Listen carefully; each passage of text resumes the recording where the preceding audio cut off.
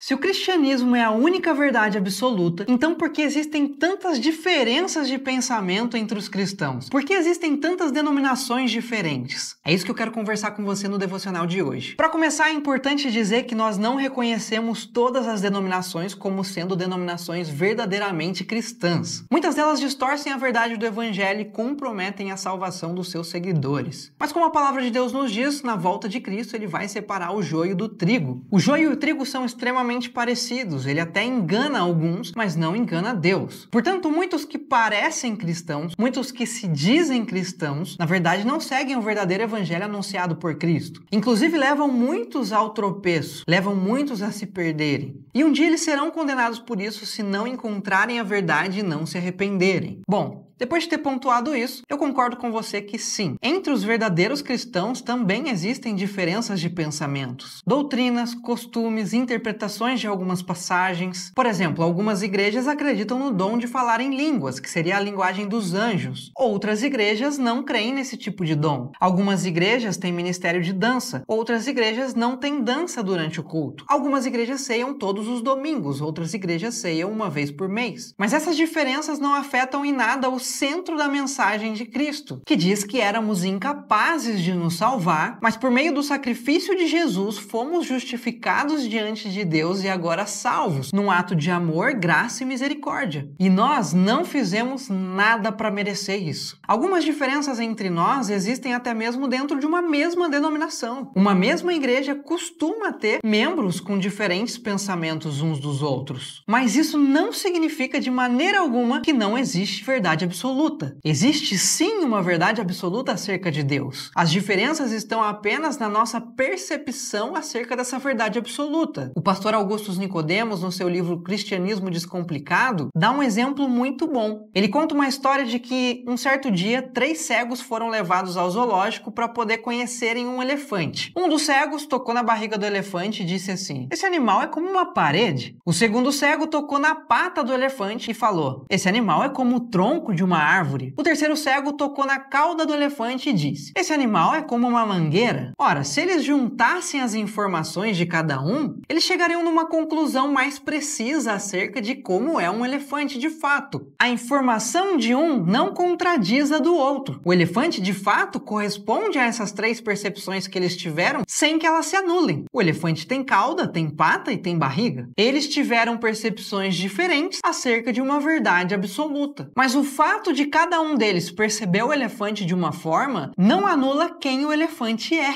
O elefante continua ali e continua existindo. E a opinião deles também não muda quem o elefante é. Agora imagine que chega um quarto indivíduo dizendo que o elefante é um animal repleto de espinhos e espinhos venenosos, por isso ninguém deveria tocar num elefante. Os 3 cegos que tocaram o elefante saberiam que esse rapaz está falando uma mentira, porque um deles tocou a pata e não encontrou nenhum espinho. Um deles tocou a barriga e não encontrou nenhum espinho. O que tocou a cauda também não encontrou nenhum espinho. Logo, esse quarto indivíduo é um mentiroso.